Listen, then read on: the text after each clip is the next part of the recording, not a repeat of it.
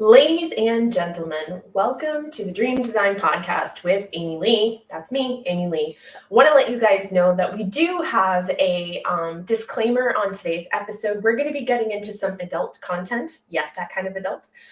So if you have small children around or grandmothers that are not interested in hearing about the female anatomy, I suggest that you put them in the other room or tell them to go watch cartoons because today is going to be fire. I have the incredible Dr. Stephania Sciamano here, and oh my goodness, when I bring her on the camera, you will feel the energy. You probably are already starting to feel it now. She is incredible. She is my own coach. She has helped me tremendously, and I was so elated when she agreed to be on the show. I want you guys, if you're out there live, let's bring the energy. Let her know that you're out there. Say hi. Let us know where you're joining us from.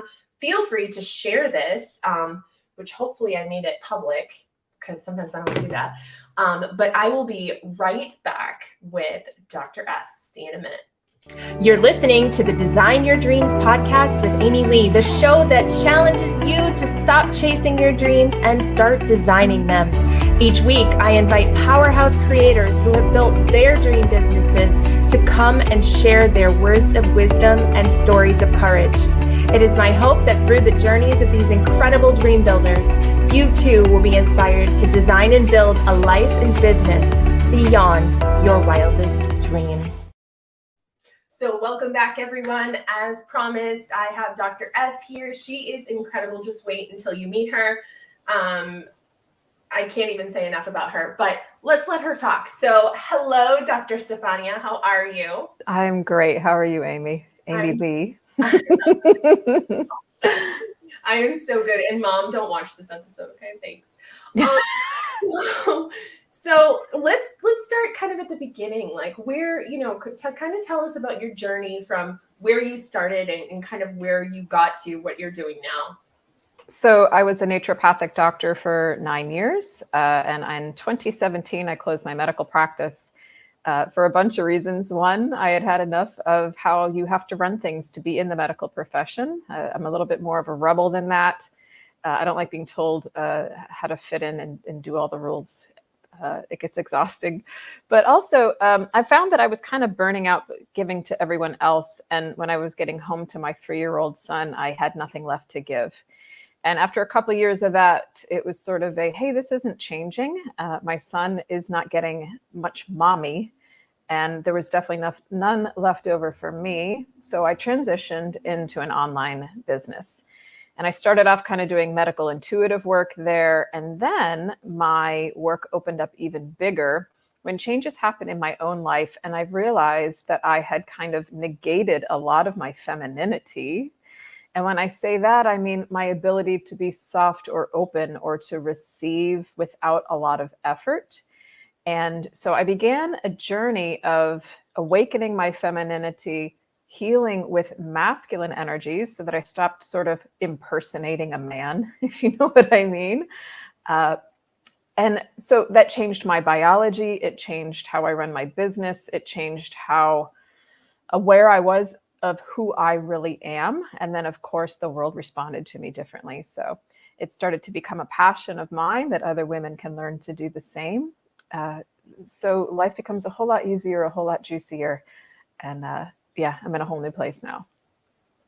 Yeah, it's amazing what happens. Like, you don't even realize that, we don't realize when we step into that masculine, like, energy, there's a feminine strong energy, and then there's a masculine strong energy, and like they don't necessarily coexist, right? So you need to kind of be able to hold the energy of the powerful feminine as much as you hold the masculine energy, because there's wounded masculine energy too, right? Absolutely. And we do flow between the two, kind of what the Chinese call the yin and the yang. So we have both, and learning to flow between both, and kind of when is the hat you want to wear? When is it appropriate? And to be able to come back to enough yin or feminine energy that the female biology thrives. That's what's super important that we need to know. Mm-hmm. Okay, so let's dig in because we don't usually do this. We kind of hem and haw a lot, but we're not doing that today. So you refer to your work as the surgery, and I would love for you to explain to these folks out here who don't know what they're getting themselves into, what the surgery refers to and kind of what it is that you really do. So when I'm working with a client, I'm a highly clairvoyant, clairaudient, clairsentient being. So I can see, hear, and feel what is going on inside of a body. I've been this way most of my life, but I really started to hone in on it when I did a shaman's apprenticeship 10 plus years ago. And so when someone comes to me, I can basically see inside your body. And I can hear what's going on a soul level, and I can feel it inside myself. So my joke is, don't bother lying, darling, I can tell. So, we go really deep. And what we dig out is stagnation. So stagnant life force, stagnation held by the way you've judged yourself or felt judged by others. That's kind of a really soft and basic way to say it. But if we go even deeper, it can be deep grudges against the masculine, deep issues that we have with coming into our femininity because we're afraid of being weak or vulnerable. We have grudges against God. We have grudges against our parents. And all of this can lead to stagnancy in your business. So it could be with clients. It could be holding money at arm's length and you don't even know that you're doing it. It can come through in a lot of different ways, but we call it the surgery because I sort of energetically excise the issue if you are willing. If you can submit and be compliant, then it will be removed from you. And boy, then like all of a sudden, way more life force is flowing, way more money is flowing. So it leads to all kinds of flow, which feels really fabulous. So you touched on something that I really want to kind of, dig into, and it's, you talked about submission, you talked about the feminine, and there's a very real, and I would say it's a pretty sinister force that tries to paint submission and femininity and all of that stuff as women being abused or women being, trampled on or women not being equal. My question is kind of twofold. Why do you think that message is broadcast? Like, what is the purpose of trying to make women think that stepping into their femininity is somehow, erasing them? And how do you see people being able to kind of get around that so that they can, start to work on this part of themselves within the construct of, this, what do they call it? The patriarchy, right? Yeah. So the first half of the question was, will you repeat the first half of the question, please? Yeah. So the first half of the question is, why do you think it behooves the powers that be to make women feel like stepping into their femininity is somehow erasing them or making them less than? Like, why is that such a prevalent message? Well, I'm not sure if it's the powers that be that do that, or if it's that women have been so accustomed to what we would call non-consensual dominance that they hold within their system a like never again, because they certainly do not want to be victimized, re-victimized, or experience additional trauma. And I think part of the misconception is that, if we become submissive to God or to our own intuition, that we would have to sort of be submissive across the board. And that is certainly not true. We use our discernment, which is our ability to tell yes from no in a way that serves you and benefits you the most. So to whom do you submit? God, maybe your husband, and that's kind of it. Mm-hmm. So it isn't just you submit all over the place, but submission to your intuition and what's best for you, that's where we focus. So if women learn to do that, they are sovereign. If women are able to submit to their true intuition and what's best for them, you cannot control them. So to kind of answer your question more directly, the powers that be would love to control you. Right. But a woman who knows her discernment, who answers only really to God, you cannot fuck with her. Exactly. Yeah. No, and I love that. And I think people get this misconception of what submission is. I mean, submission is the highest form of power because all you do is revoke the power, revoke your submission, and then that person doesn't have it anymore, there's vulnerability in someone submitting to you, because you have to admit that they get to decide whether they submit or not. And people get it backwards. They think that like submission is like, oh, this woman's walking around with her head down. It's like, no, I'm literally saying, I'm trusting you with creating what it is that I want, like, or manifesting what I want, right? I'm just going to sit here and I'm going to trust you. Like, don't betray my trust, because I'll pull that submission right the hell back and you'll be back out on your butt somewhere. You know, like, people don't see it that way. You can always choose to say no again. That's the thing. It doesn't create imprisonment. It doesn't create servitude. Right. But it's rather that we're submitting to our higher power and our ability to trust that, follow it, and let the divine lead us. And it's through that that we get immense power. Because, you know, God will always bring you what's best for you, even if you don't fucking like the journey. It really depends on how well you follow it. You can make it longer and suffer more if you so choose. But so many times a woman kind of gives her power away to try to get people to be nice, or to hope that she gets approval or validation. And that's where things go awry. So we don't teach that at all. It's rather to come into what is like a congruence between what your body says and what your crown or spiritual knowledge says. So when the two agree, when your gut and your spiritual knowledge are on the same page, you cannot be led astray.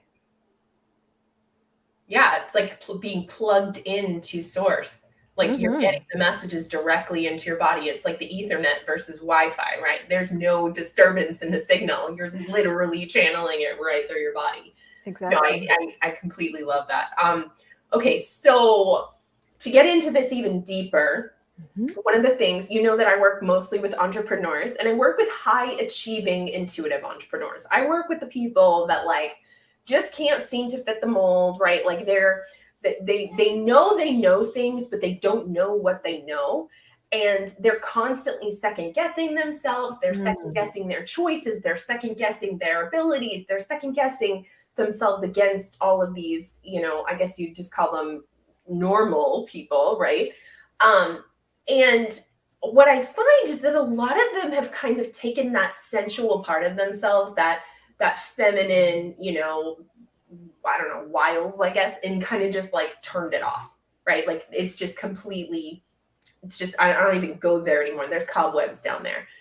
But what you've taught me, and what I'm sure you could talk about ad nauseum, is that there is a very real connection to your sensuality, to your, you know, kind of your mystique and the success of your business. And that's pretty much where, you know, your bread and butter is, right? Like, that's really what you deal with, is kind of bringing that connection and reconnecting it. So what I want to know is, what do you think is what is the connection between stepping into your feminine power and really exercising that muscle, for lack of a better word, and the success of your business, and of course, as you call it, your wealth portal?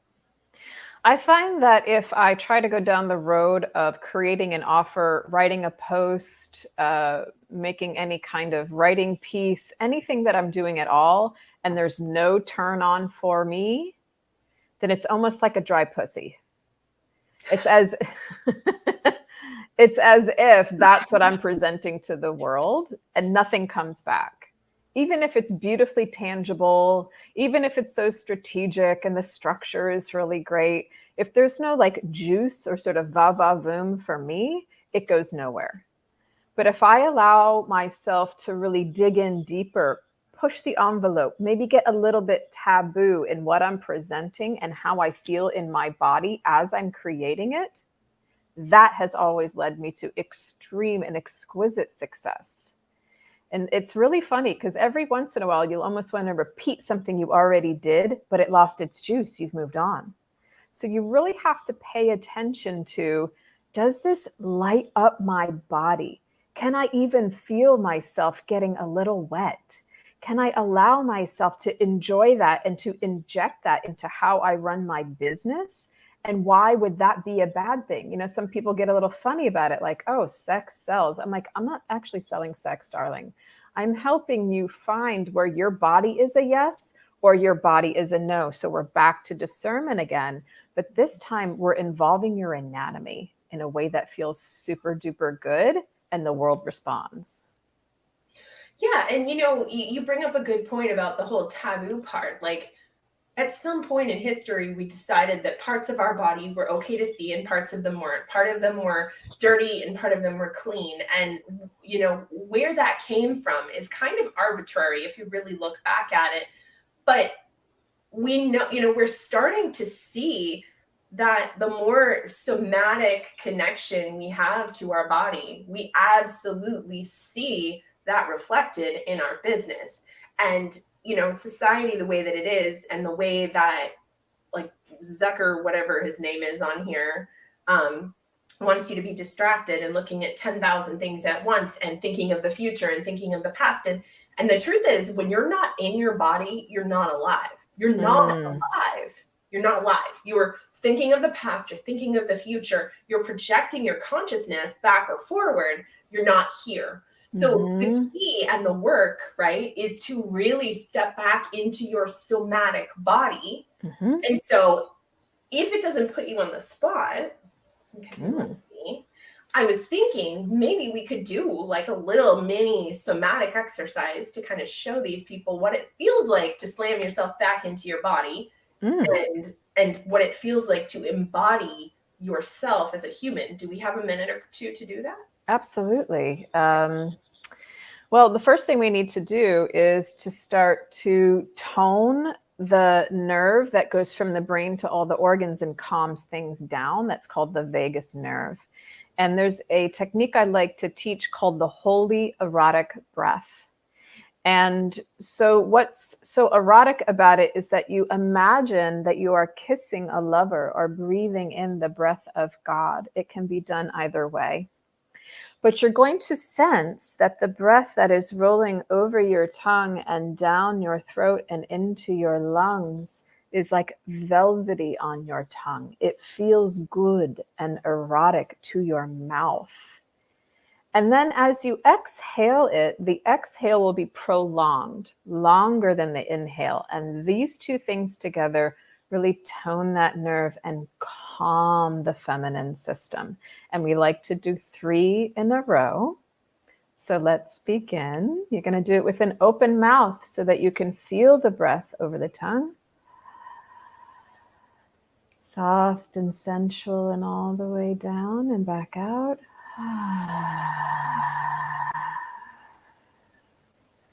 And lean your body back just a little so you're even more in a receiving posture.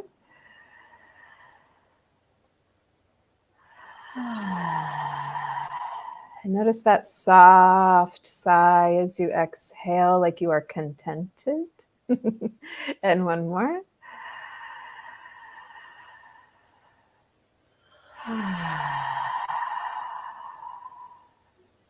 And just notice, did you land back in sort of your pelvic bowl, down into the root of you just a bit more with that? It can be repeated anytime, anywhere with no tools. Super simple. And that's just step 1.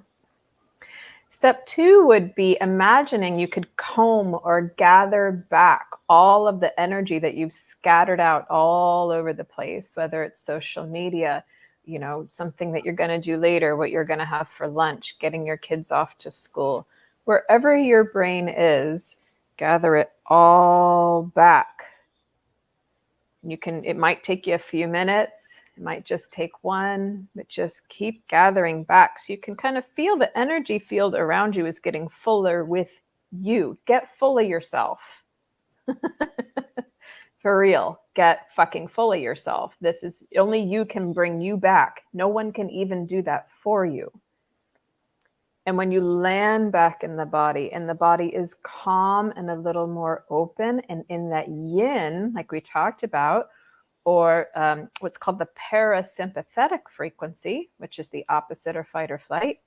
It's from here we make our better decisions. It's from here that the discernment is sharp. It's from here that no one can fuck with you. You don't have to always be like dukes in the air. You got to be in your body. That's the way it works. That's how the feminine biology in your hormones and all your brain chemicals benefit from you coming all the way back to you. How's that feeling? I love it. How about you guys out there in Facebook land?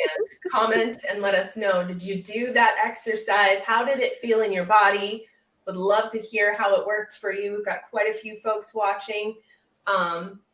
Yeah, I mean, it really makes a difference, right? That congruence between your conscious spirit and your body. Your body is the only way that you can move through the world, right? Like this is the only vessel that you get. So you have to make sure that you stay connected to it. There are powers that be that don't want you connected to it. They want you distracted. They want you out here. They want you out there. The more you can get back into your body, the more powerful you are. And that exercise right there, which I do all the time, is really, really powerful. So speaking about this power, right, I would love for you to share, because I know a lot of them. By the way, guys, the way that I found Dr. S, I don't actually know how I found her, but I do know that I started getting her emails, and there was something about the way that she wrote that was so on point with what it was that I was going through at the time, with being an alpha female, with being a high achiever, and really kind of feeling like I had to wear the pants all the time and whining about how I had to wear the pants all the time, until I realized that as long as I continued to try to wear the pants, then I was going to have to wear the pants. When I said, no, I don't want to wear the pants, and I'm submitting to the fact that I don't want to wear the pants, I want to do these things instead, that was when things really started to change. And lo and behold, she shows up in my inbox, and the rest is history. And I've been in her program for a while, and I can't recommend it highly enough. But enough about me. I want to hear for them. Tell a couple of little stories, vignettes about the befores and afters of working with you, and what this work has done for some of the entrepreneurs that you've encountered. Well, it's interesting that you bring up the wear the pants. I have a client in mind, and she shall remain anonymous. She was definitely someone that wanted more emotional closeness with her husband. And, I'm not exactly a relationship coach. I help women with themselves to come back and to be more feminine, but remain powerful at the same time, or what I call feminine potency. So she was thinking like, I want more closeness with my husband. I wish he would lead a little bit more. I'm just so tired. But like you said, she was so used to wearing the pants or like taking the reins all the time. What she was missing was, first of all, the trust that she could let him lead at all. So he was frustrated, thinking like, why aren't you letting me? So they were kind of in a power struggle. It was sort of like she was cock blocking him in a way. It's like, when we are super duper in our all lead, I got the sword, get the fuck out of my way, I can get it done right, you just take too long. When we're in that kind of an energy, it's like two cocks fighting. Like, the man in your life isn't going to know what to do with that. It's not that he necessarily needs you to submit all the time, but you're going to wear yourself out. So what we ended up doing with her is finding all of these little pockets where she wanted him to lead, but she was scrambling for the lead herself. It was like, I really wish he would, but let me just do it myself. I'm so much quicker, or whatever was the reason for her.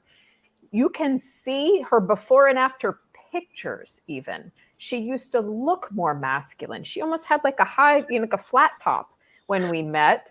And now she's got this gorgeous longer hair. Her face looks softer and more feminine. The way she's choosing to dress is different.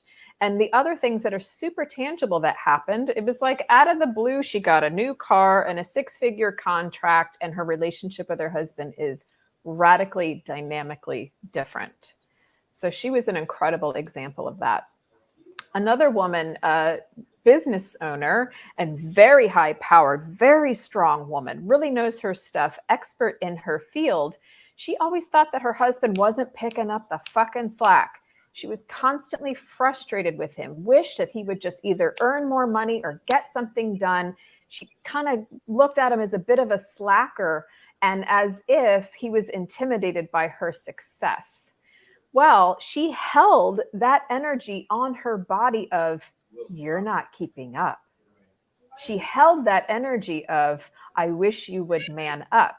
So his energy toward her felt kind of condescending and kind of like picking at her.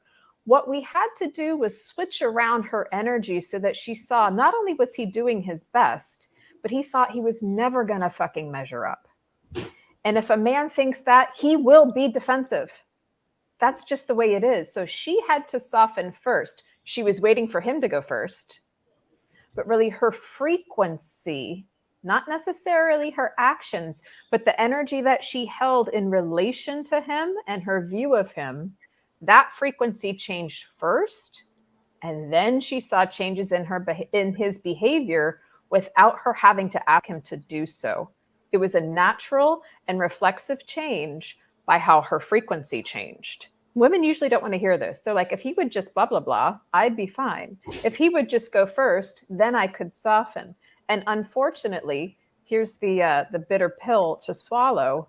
We got to go first, sisters. We got to go first in our frequency, because if you're all covered in spikes, it's not going to work. And we have to put down these grudges, and we have to change that frequency that changes our biology so we feel good in a softer body. And then it's like all of a sudden you almost smell different to him. You know what I mean? It's like, she's different. I can't tell what it is, but I know something's different. Oh, and I've seen it firsthand. I mean, I definitely have, because it's true. Like, it's like they say, being angry at someone or holding a grudge is like drinking poison and expecting the other person to die, right? And so, like, when you're in this relationship with someone you claim to love, and I think this is so funny too, because I know so many women who love to brag about, I finally make more money than my husband did. And I'm like, aren't you a partnership? Like, doesn't it all go into the same household? Like, I never understood competing with the person you're intimate with. But it's true though, like in the day-to-day household environment, like, we think that if we turn the other cheek first, or if we come to the table first, that somehow they're getting away with it. But the truth of the matter is, we're the ones who luck out, because now all of a sudden things are going to get better. So it's like, well, do you want to hold the grudge? And you can be right for the next 4 years, and your vagina will dry up and you'll never see a moment of pleasure again. Or do you want to say, you know what, I probably had a part in this, and let's come to the table and let's talk about it. For us, it's always been hyper communication. Literally, hey, I'm going to go in my room and read a book for a while. If you need me to come watch the kids so you can have a break, let me know, right? Because we now know that that's not something he'll go, well, I didn't know if you were busy. I didn't know if you were in the office. Great. Let me make it abundantly clear where I am and how I can help you. And at first it seems kind of silly. I'm like, okay, this is kind of like overkill, but honestly, it's made a tremendous difference, because we both know that we're both trying, right? And that's that difference, is like when you, like you said, when you have spikes all over you, right? I remember a couple of days ago, I was mad at my husband and he knew it, and I was dressed all cute, and I'm like, you didn't even say anything to me all day. He's like, you didn't want to hear it from me. And he was right? If he had said that I was cute that day, he would have probably gotten a mouthful. But that they know. And so even just backing down that tiny bit really makes the difference. And oh my goodness, I mean, guys, I can't even explain to you, and I really shouldn't, because it's all behind a paywall, what this woman is capable of, and really kind of how healing the work that she does is. So I want to drop her website real quick so you guys can go check her out. If you're not already stalking her, then you're missing out. That's her website. She's also got this fabulous group on Facebook, which is called Feminine Potency. It used to have a very different name, which is what when I'm looking for it, I still look for it under that. But this is what it's called now. So check that out. And there was something else I was going to say about that, about the work, about the stuff. You're going to talk about that. Switching hats. What's that? Switching hats. Switching hats. Between businesswoman and lover, or any of that? Or... Oh, yeah. Well, I was going to ask the guys out here if they have questions that they want to ask in the comments. Like, this is the time to do that, because she's here, and like, I don't know. I'm like fangirling. I do that when like somebody's energy is this powerful. So excuse me, I know I sound like I'm at an NSYNC concert in the 90s, but this is what happens, you guys. I don't care about celebrities, but give me a thought leader and I just turn into, a puddle. Yeah, so when it comes to doing, this work, and you use the term alchemy all the time. Mm-hmm. And we were talking yesterday in our coaching call about words and the power of words. Yeah. And alchemy is kind of one of those tier 3 words where like some people know what it means, some people don't. It's becoming more popular, I feel like. But what I want to know is what is your definition of alchemy when it comes to the work that you do? Alchemy is really the transformation from one substance to another, and we can absolutely do that energetically. And I feel as though you can change the frequency of the body and even the matter that makes up the body when you work with energy. It's easier to change energy than it is to change matter. So when you want to change the body, the energy gets changed first. You change how the mind is viewing it, then the energy, and then the matter of the body changes. So I've created this technique called Erotic Body Alchemy, and we do this to help the body to open, because I believe that the body of a woman is a creative portal. There is no other way to get to Earth than through the body of a woman. I mean, that's birth, right? That's quotable right there. Do you have that on your page anywhere? Somewhere. But also we make incredible creations. Like, we are multipliers. If the man contributes the sperm, we give back an entire baby. Like, this is just how we are designed. So the body needs to be able to let things come through. And if we have been full of pain and wounds and traumas and grudges and conditioning, which is a lot of what we're talking about, how we've been conditioned to ignore our femininity, then the creative portal is sort of constricted. And this creative portal can bring through wealth and art and books and programs and healing. I mean, we could make this huge list, right? Not to mention all the cooking that we do and things like that. So that's what I teach women to do, is to open that portal so things can come through. And the alchemy is when we change whatever was hurting, whatever was blocking or making things stagnant, into open truth, which is limitless, like absolute infinite abundance. And we know that that exists, but the question is always, how the fuck do I get there? And I also believe that the more that you get things circulating, the more that we allow an erotic sensation, that you don't have to hold it all the time, but to allow yourself to enjoy the lusciousness of your life force goes up. Your ability to receive love and to love others goes up. Your ability to have money come through your business or otherwise goes up. So the alchemy is really changing all that you don't want into openness, into that limitlessness. So at the end of the day, are there any practices to go from a working woman to a soft wife for your husband? You have to actually take a moment in between and shift your frequency. So the holy erotic breath that we did is one. And that is actually so freaking simple. People kind of forget it, or they almost kind of dismiss it. I'm like, no, really, this changes your nervous system. Because when we are in business mode, we are in a bit more masculine frequency, meaning we are doing direction, decision. We are on time schedules. Things are very structured. If you go home to your husband like that, you are basically presenting him with a man or something close to it as far as your energetics are concerned. So what we need to do is take a minute to soften, to open, to come into that more parasympathetic, relaxed state. You actually have to make a switch. Oh, I learned this the hard way, by the way. I can't tell you how many times I came home to whichever boyfriend at the time, like, rawr, I just had a great day at work, kind of thing, super excited. And they were like, whoa, whoa, whoa, whoa, whoa. Almost like I walked in with a sword in my hand. You have to take a conscious moment to make the switch. It doesn't happen automatically. This is your responsibility. You are accountable for that switch in your frequency into more femininity.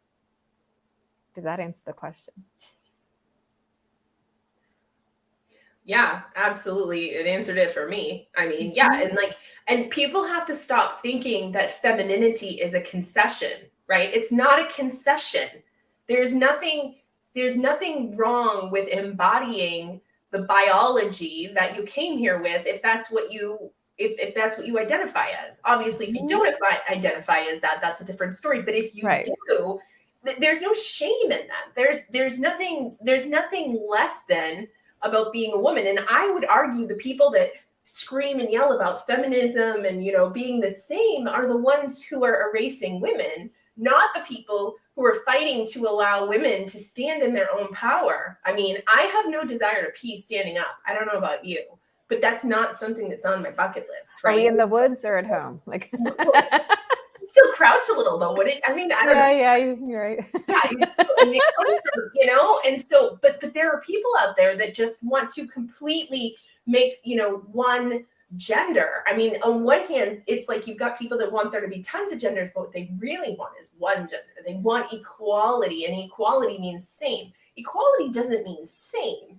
Equality means value same. It doesn't mean cookie cutter. And I think it's really important that we have these conversations because people think they're doing women a service by making sure that they don't get one-upped by men, by making sure they have a seat at the table, but just understanding that they have a seat at the table as women, right? Yes, we do. We bring things that the men don't bring. And those things aren't less than, and acknowledging them doesn't mean that we think women are less than.